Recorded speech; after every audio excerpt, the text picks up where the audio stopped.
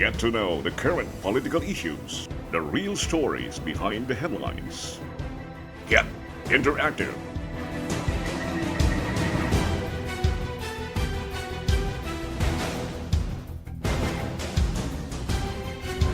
My Politics with Art Barry. Only here on My TV Cebu.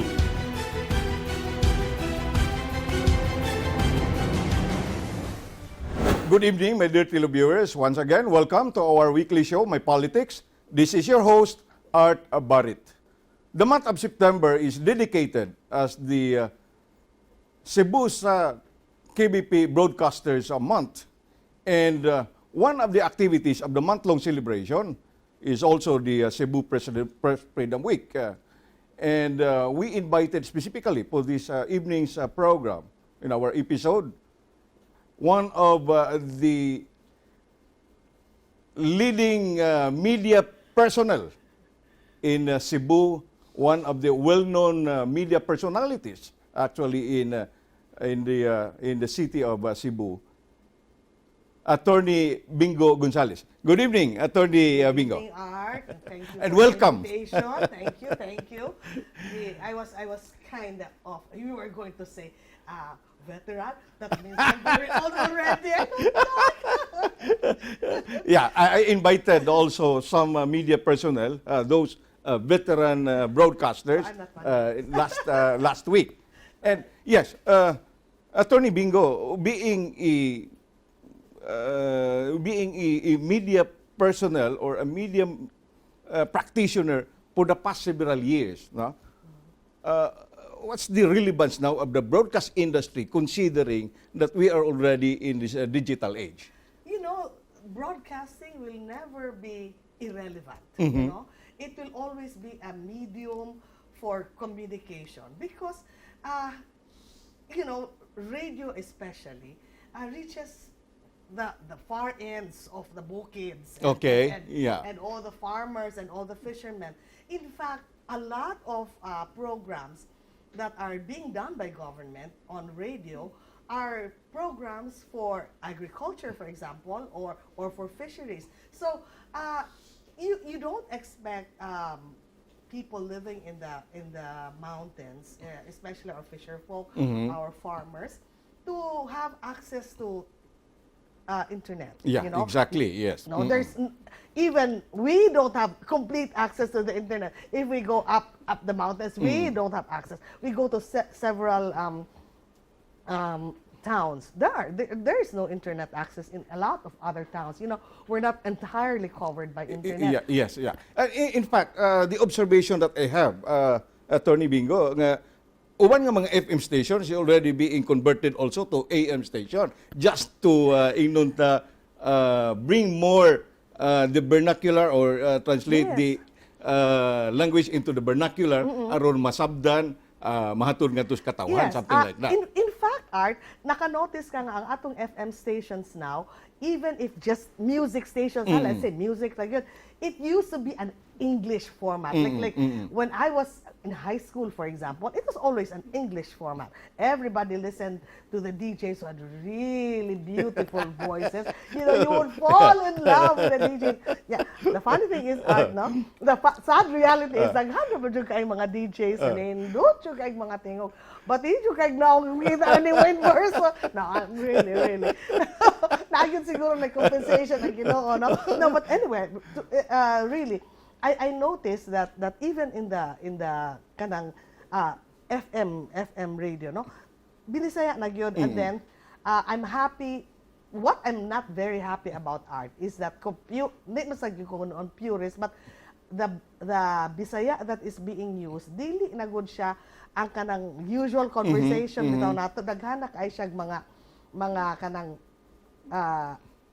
gisagul-sagul ba nga words nga like imbes nga diha dira Imbes diha dira you know the evolution of the language, something like that, Atty. The evolution or the bastardization of the language, you know. But you know, that's what I'm sad about. But Apparently, that's also because daghan na sa kaay tag mga DJs or mga radio personalities who are not really Cebuano speakers, you know? yeah. They are mostly from outside of Cebu who have come here and just learned the language. Or maybe it's, as you said, is an evolution of the language because millennials speak differently. Exactly, No? yes. Oh. Okay, Attorney Bingo, as a media practitioner, you started in the broadcast industry. Yes. I actually started in Manila Art. You know, I was an intern. Kaya sa UP, you have an internship, right? And so, I always chose radio. I see. Oh, anya, one of my classmates, her father was the station manager of an AM radio station. So, I asked to be assigned there. I see. So, pag ato na ko dito, you know, you were just a intern, you know. Unya, after a while, gi-test akong voice and then gihinay-hinay ko og kuan o patingog sa radyo like time check. Ano ba? Magsugod, di ba? And then later on, gitagaan kong programa. Ako rin mo lagi na nga from all my classmates, ako rin nakatingog. All the others never went on air. Kaya intern pa biya ka di Yeah. really.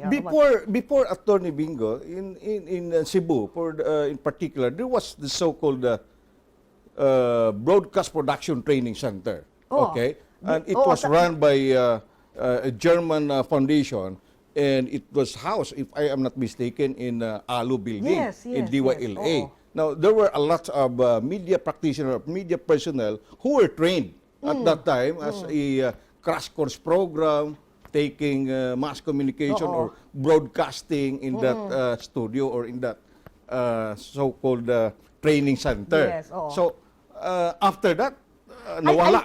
But I never went there. And murag at the time siguro when it started and it was in its heyday, I was still in Manila, pa siguro ko nakabalik sa Cebu. But I do know that there were a lot of people who were there. I thought that the effort at training broadcasters was very laudable. Kay maayo jud kay na siya nga, you know, dili nato, you know, we add professionalism to the industry. Yes, Kay mo exactly, gid yes. lacking in the beginning. Oo.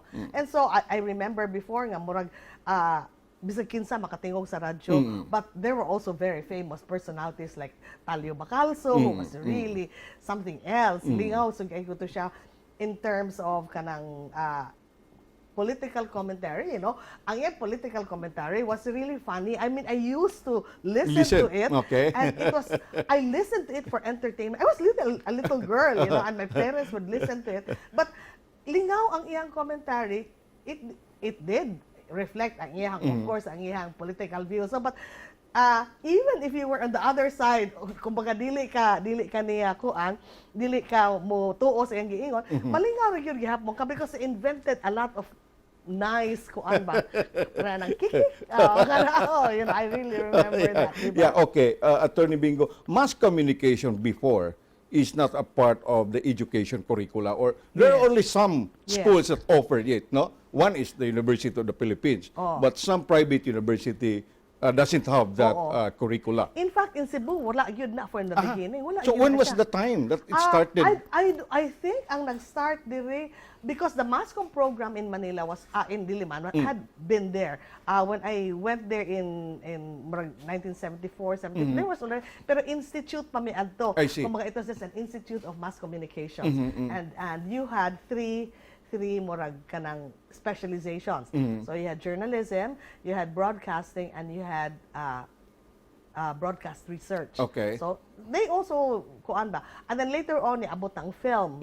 So nida ko na po siya as I see. But I think that started maybe in 1975 or 74. Basta institute pa lang at the time. When I graduated from UP, institute pa gani. So dili pa yuto siya college of mass So communication. those radio personalities nga imong naabdan na Attorney Bingo were veterans now. Si So Cheche they are Lazaro. products of the Yes. whole School of Hard Knocks. Yes, si Cheche Lazaro was my teacher. Oo, si Harry, I think si Harry Gasser also taught. And then Ariel Oreta taught one subject, I remember. And then si Malu Chowa, who is the executive producer now of It Bulaga. I see. Murag, she was my classmate. Okay. Hasa iyang Okay. husband, nga si Dante Fagar, was also my classmate. We were koan. And then si who's this Kata Inocencio, who I was see. with ABS, was also my classmate. I mean, kuyog-kuyog. Oh. Iguangan, ano? Anyway. Anyway, Attorney Bingo, so you were working with the Trimedia. Of course, you Yes. experienced also working in other Yes, medium. yes. No? Okay, So you were with television and then with Sunstar before? No, the Freeman. And Okay. then the Freeman. Oh, I worked there. And then sa television, sa GMA na ako, which was my first outlet in Cebu. Well, I was with DYSS. I had a newscast in the morning, and then I had a TV program. Pero basically, ang katong newscast was just a newscast, and the newscast at night was also just a news. I was basically a journalist. So reporter ko, mugawas ko, enjoy ko. I see. That was the most fulfilling time of my life. Kanang reporter jud ka ba? Okay. Oo. So after that, UP Cebu Mascom was offered mga years, maybe mga 80s, if I am not mistaken, that the program for mass communication in UP Cebu was open. Yeah. Yeah. I think, when in 1985, it was already open kay 85 or 86. Nakatudlo man ko sa UP Cebu. I see. Oh, I see. so it had already been there. So mga 80 siguro, really early siguro nga naagid sila. Okay. Oo. Attorney Bingo, we'll discuss more of issues on the working media in Cebu, particularly ang mga kababaihan nga naa sa industriya. Yes. And after these reminders, don't go away. Welcome once again, our program, My Politics. This is your host, Art Barit. Our guest this evening is our very own, one of the icons of the Cebu's media, Attorney Bingo Gonzales. Attorney Bingo, I can still remember, I was also connected with the Freeman before. Dihay grupo sa mga kababaihan, working media in Cebu. They called it STET. Yes. Okay? Murag exclusive ka ito. Kahupungan o grupo sa mga kababaihan by invitation. Yes. There were a lot of activities inyong Actually, Art, the group actually started because of it was election time. Okay? Daghan og environmental journalism. I see. So daghan kay politiko nga kada mag-press con manghatag. Na yung mga unscrupulous media people also nga kay ang staters kami we You call yourself staters. Oh, well. Okay. Ang awat na a group of loose women is actually no, it's really it's a very loose group, you know. It's now we have evolved to become very good friends, you know, good friends. I mean, but we evolved that way. But in the beginning, it was really because we were reporters, no? Abot na mo sa usa ka press con, naay gipanghatag nga kwarta. Unya, di man gyud me. Ayo, di lang ko tayo because we were reporters. And then makakita na lang mi nga ang amo day nga gigamit na. So, there was even one time nga. So, you mean to say nga, ang inyong hanganan ay nagkubrag lain? Yes, yes. In fact, there was one time, there was a press con by a certain politician. Now, among gi-approach ang politician, ma'am, kanang wa biya yun na nakadawat anak ha? Anak ba? Siya, ay, atua lang si Kuan. Can you just imagine that? You know, my first kanang experience with envelopes was really was during a coverage of one of the more controversial, I don't want to name the very controversial event. And then naghimo og press con, and so I attended there, nakuyog ako mga cameraman, etc. Pagkahuman, as you go out, hatag dayon og kuan envelope. Atong 100 pa na. I was so shocked.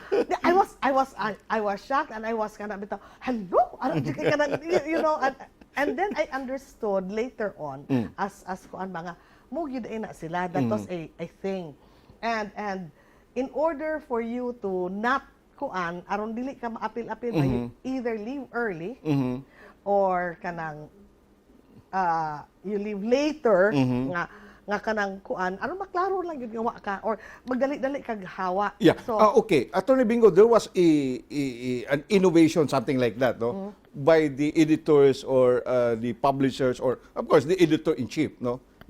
Aron diha man gyud na dili kalikayan, niyon ana. So, they just donate it to the newspaper or to the, give it to the newsroom or to the editor, and then na ay mga program ang newspaper mutoy gamiton yearly program for the kining mga social activities, something like that. New Art at that time when the elections was very init ba and developmental journalism was all over the place, the state made a statement, a statement that we condemn, etc., environmental journalism, that we want our and when we made this statement, it was met by a lot of kanang negative feedback. Takala na siya by the members in the industry itself. Against us, hilas mo ninyo oy ngana ba. There's even one person siya, ikaw Bing, ako do ko nimo kay bago pa manggug kagod, at that time bago pa ko, pero karang uban there was negative feedback and it was so hurtful, but we just wanted to make a stand. Na innovation nga I still don't believe manggod Art that that kind of thing is still acceptable unless you have to return the money. Firstly, you don't have to accept it by the fact nga nadawat nimo, nganong nadawat man nimo, nganong gidawat man. Exactly, yes. Even at the time when mauwawang ka kanang you don't want to embarrass the source, but at the same time the source is also looking at you in a very very low way. Nga nabitaw mabayaran ra gyud ni siya or something. Lugod man, di ba? The source will just have to treat you with respect. Importante na nga the source respects you and you will respect the source. Exactly, and you have to establish that kind of relationship with sources. Dili ka nang you're so comfortable with your okay man na comfortable ka with your sources, pero ang imuhang way in exchange, wala in exchange. In exchange for this, you withhold the information aron manglaag lang ta, manginom na lang ta, whatever, ayaw. Yeah. Attorney Bing, as a practitioner, have you encountered, no, nga, of course, in reporting, you have to make a balanced report, no? And then sometimes, naagi ma-agree, no, nga party. So, Yes. so how are you going to deal about it? Nga, wa man kunimo gi-appeal sa kining interview. Exactly. Mao gyud na siya. Because remember that part sa yun na sa imuhang duty as a reporter, as a journalist, you have to get all sides. Your story has to be backed by at least documentary and documentary evidence kay bugado man. but now yun ay dokumento nga gigunitan, naa ka interviews of sources nga who will stand by what you say, and then for the aggrieved person, o katong imong gikuan, imo gyud siyang interviewon. You have to do that. You cannot, dili na pwede nga paugmaan nimo. Dili man na mao. So, mureklamo gyud ang tao nga dili nimo makuhaan og side. Okay, now going back to our earlier question, Attorney Bing, is the broadcast media still relevant today, this digital age? Now, usahay mag-una biya ang social media with regards to reports, and yan mauwahi ang mainstream media. Ang kuan Art, ang tan-aw ba nako ba, like for example sa broadcast, it's very hard to put kanang unsay nga kanang editorial kanang gaps kuan ba nga kanang ayaw nang isulti unsa man you're saying lisod na kay daghan makaitag live interviews. Yes. And then even in sa social media hala pataka alag kuan, and then actually the real question is unsa man we call bloggers and those who just post real journalists, or do we only trust those that are accredited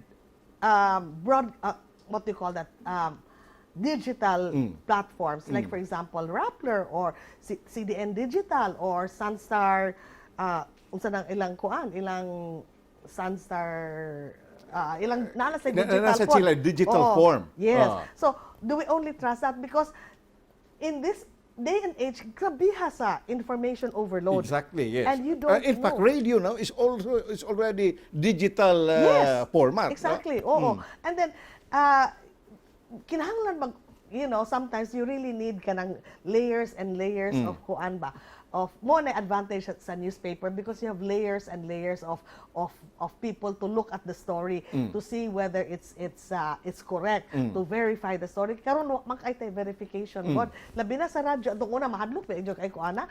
So you have to put people that you can trust, people that who are really kanang tinuoray ba, and then you put in interviews nga from sources nga kasaligan or sources nga na ay karats nga musulti. Like for example, the chief of police or the chief of, or the mayor or a councilor, somebody nga responsable sa iyang ispanulti. Yeah. If you are a responsible journalist or broadcaster, according to, of course, I've read that in the Rappler, there are also some engines that will check and verify Yes. those news items or sources that if really tinuod ba na, dili ba na fake Correct. news, Oo. something like that. Oo. But sometimes, ang broadcaster or members of the media doesn't have oras to check. So, usay magsalig lang sa iyahang sa newsroom. Uy, those are the challenges, no? The challenges dagko kay nga challenge in the industry, no?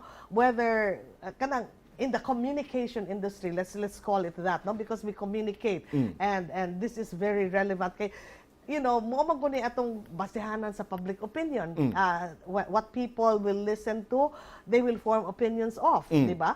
So mo na nga dako kay na nga challenge for us, for the legitimate and the true-blooded journalists to really come up with stories and information nga correct, at least correct to the extent nga ikaw morally convinced ka nga correct. Yeah. And you try. Oo, di ba?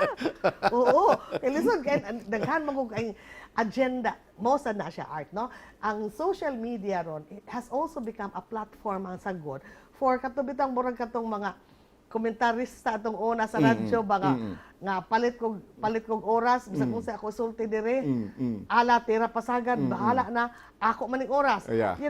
That because the social media is so free, you can post, you can do Facebook, you can do Twitter, you can do unsa na lang imo ikuan ba, you can do blogs. Because of that, daghan sa jud kaayo nga opportunista who have an agenda. Na yung mga agenda. But with the law karon nga nagprotect sad sa subject, so di na sad pasagad ang mga vloggers sa ilahang pag-post. They have to be responsible in what they're going to post in their account. We pray hard. Iba mo ka art. It's so hard kanang mga digital signatures ba?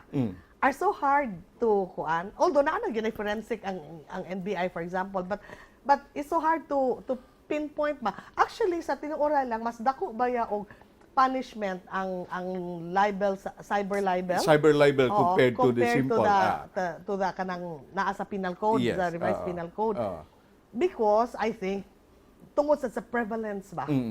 Unya the Supreme Court in one case already said that if you have a Facebook, if you go on the internet, it's never private. I think this was the case of the St. Teresa's College. Na naman to siya kuan. Yeah. Na naman to siya decision. I think the Supreme Court made a statement that you go on Facebook, you're never private. People will see you. The penalty imposed is because of sa iyahang kadako, sa iyahang rich Attorney Bing. Oh, can you just imagine that you can reach the whole world? The whole world. With your post. And then I have seen a lot of Facebook kanang texts ba nga this person is kanang is paid for as a kuan for sex, this one ayog tuoan niya. Can you just imagine that? Yeah. Tira pasagad. I mean, and without any boundaries. Mona. Because it's ikaw ramang good. Okay, that's great, Attorney Bing. Now, being a Broadcasters Month, and this is the KBP celebration of the Broadcasters Month for Cebu's tri-working media, we'll be discussing more of issues and concerns, specifically on the relevance of the broadcast industry in this digital age. After these reminders, don't go away. Welcome once again for our program, My Politics. This is your host, Art Barit. Our guest this evening is Attorney Bingo Gonzales. Attorney Bing, now, talking of the KBP, this month of September is a month-long celebration as Cebu Broadcasters Month. And it's only in Cebu, not even in Metro Manila, that they're celebrating the Cebu, the Broadcasters Month. Now, imong tan-awon, there are also a lot of radio stations, network, that are no longer a member of the KBP. Mona. That's, the KB, atong una, when it was organized, it was the BMC man na siya, no? The Broadcast Media Council. Okay. That was part, that Marcos time na siya, I think 1972, or something like that. So basically, that was also a way of the Marcos era, or the dictatorship, to get control of the media. Okay, see, that's how important media is, and that's how powerful media is. Kay mukuan magita mo, we shape, and then maalkanse yun ang tao nga na kaaway nga broadcaster kay wa mag siya platform in order to kuan. Before anything else, which I should also like to tell you that this is KBP month, or Broadcasters Month, and there is a press Cebu Press Freedom Week. But there's also a law week. So law week, that's also sa Cebu. Monay one whole week, but in Manila, in all the other IBP chapters, it's only a law day. So kita diri sa Cebu, we would the like whole week. Yes, okay. But with the KBP, there was a move to marabag idisimular nimo ang trying to control the media by also putting in a phase where you want to professionalize the media. So you teach them how to do production, you teach them basic ethical standards, kana mga ana ba. So then it evolved into the KBP, so the Kapisnan ng mga broadcaster. It became not all manggod the radio, the broadcast unsingan ani broadcast entities are members. It used to be called even a gentleman's club. Okay? Most of the time, mga gentlemen, ilang mga members. And the owners of the industry. Yes, owners of the industry. So basically, they were also just trying to protect themselves. Sad ba nga, okay, ibana nato ang kanang morning advertiser kay wa pa na mo bayad. So, can you just imagine if you're an advertiser na ibaan ka sa tanan ng mga radio stations or TV stations or whatever? Nationwide. Nationwide. Yan naman na. So, that's also a way to pangulikta. Yeah. But the regulatory body of the broadcast media or the broadcast industry is the National Telecommunication Commission. Ang KBP though is given mura siyang self-governing thing ba? I so, see. If ang mura sa ninindot ani as long as KBP will try and kanang padayon sa ilang quest for professionalization. KBP, ug na kay reklamo niya KBP station na, you can go to the KBP and ask for redress. So, I see. So, maato ka ang MTC will only ask you to keep the tapes for 15 days. KBP ing ana lang sad sila, no? But ako para nako that's even kuwang ra because dili biya tanang kanang when you are libeled, you don't react right away. You have this feeling of shame, and then you have this feeling of kasuko, and then you tell your friends, and then you look for an abogado. That takes a while. And then, in order to prove that, kinahanglan jud ka atong tape. Anya og sa 15 days erase man dayon. So kuwang, I think daghang kulang in terms of giving redress to offended people. I see. Now, when it comes to accreditation of the broadcaster, Attorney Bing, is still being practiced nowadays. Kay di man ka maka-broadcast without that KBP self-accreditation card. Di ka maka-broadcast in KBP stations. in But- KBP station. Yes, but okay. you can You can talk in non-member KBP Yes, station. oo. I see. Oo, pwede yun na siya. In fact, if like for example, I think GMA is no longer a member Yeah, it's of not the no KBP. longer. You know? ABS-CBN, I think. Is no longer also a member. So, I guess dili na sad siya kinahanglan nga ang katong iyang mga announcers, members of KBP accreditation. Precisely, it's a KBP accreditation. But I would like to see, Art, nga ang NTC would also look into that kind of kanang accreditation ba. Although naamagod na asad siya kuan ba, Art, naasad gud na siya kanang negative side to it in the sense that you are curtailing the freedom of expression. I see. Oo. But it's not absolute.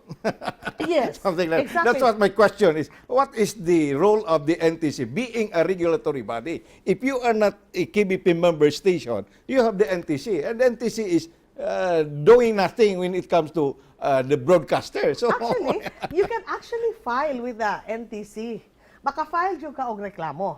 Okay? And then the NTC will look. Ang ako lang ka ng mga wa dito nga mga kuan, asa man nimo pangitaon. But daghan ra ba ay mga mobile lang og time ba. But usually KBP will hold the NTC will hold the station the station itself. being responsible. Yes, Yeah. responsible because part of the libel is also the publisher.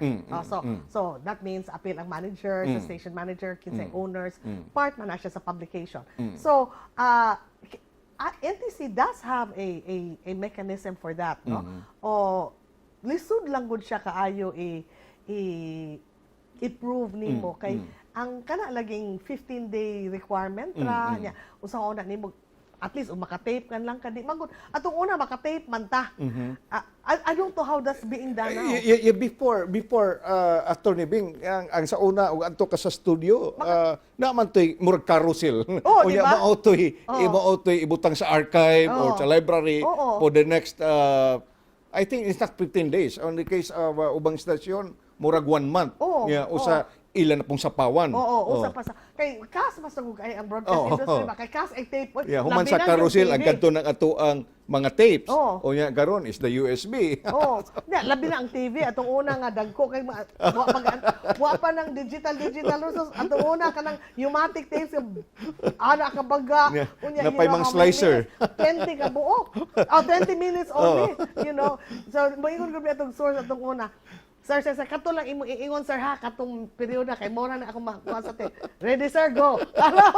Can you imagine that? So you know. O yan ay actual slicer. Mo ta isumpay na sa. Kana sa kuana sa radyo Sa radyo. so editing. Kuana, mo na akong kuan ba. If it will just make people more professional and make this industry an industry nga kasaligan nga makataha ba or so that mataha ka nga kuana siya because noble siya. Yeah. You know, di ba?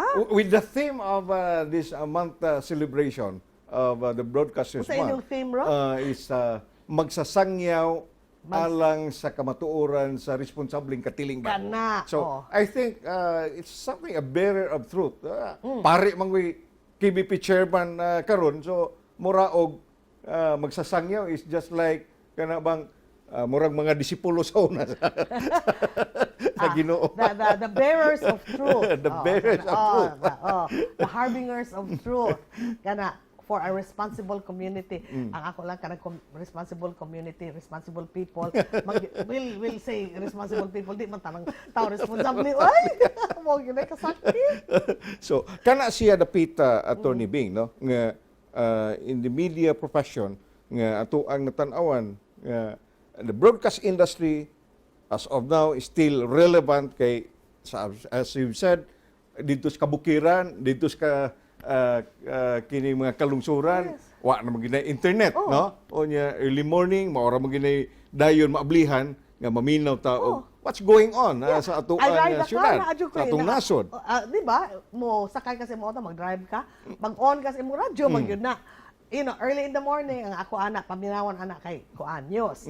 So, magbalhin-balhin ko anang stasyon, na anak ko program anak nga Kuan ma. Tusloko na lang. Tusloko na lang nimo.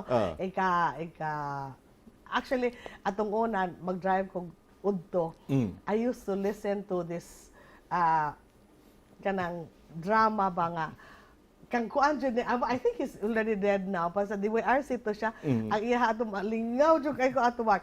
Tani kala sa gugma. Paminaw jud ato na ako. Pag-drive kong auto ba, pauli. So I would watch that. Si Nick Jate. I remember. I don't know. Nick Ampatin? Nick Jate. Nick Jate. Nick Ampatin. Lain siya si Nick Ampatin. I thought ang imuha kadtong kuan Tony Bing. Kasayuran kinoy ko yan. Namlas Dios, apil nas Dios. Apil nas Dios. Pero yan, in the evening, early evening when I drive, also, naasag ko sa FM, kay maminaw sa kukuan, music. Yeah, one of my favorite stations is DYRH. Kanang bitong, kanang sa FM sa kuan, sa Divine Word, doon sa ganin na siya? Basta 89.1. Power ba na siya? Yeah. That's one of my favorite because stations. na sila yung mga biblical verses and ilahasang kanta, mga music. Makaraan. Klaro kay karaan tao, no? But they have really nice selections. So. Yeah. Okay, Atty. Bing, for our parting statement sa ato ang televiewers for this Cebu's Broadcasters a Month and the Cebu Press Freedom Week, which will start kick off parade on Sunday, yes. September 15 up to September 21, and you have also your own low week. Yes.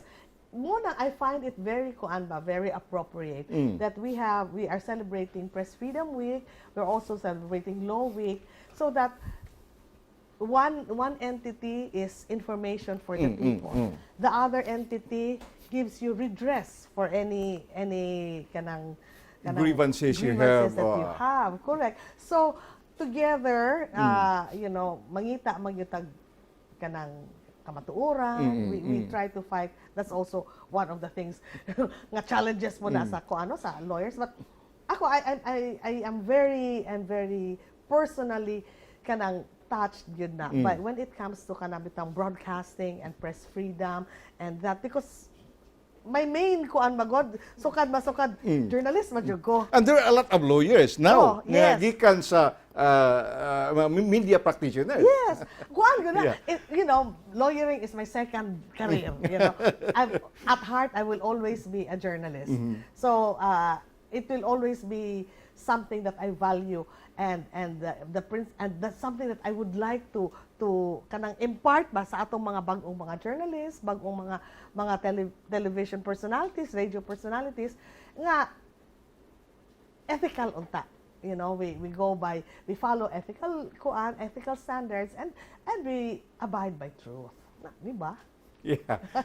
Attorney Bingo, thank you very much for being my guest on my television show. This is My Politics. This is your host, Art Abarit. Manamilit na lang umuingon nga samtang muhingos pang ilong sa tao, iyang mga pangandoy o tingos bawan way katapusan. Daghang salamat. Good evening.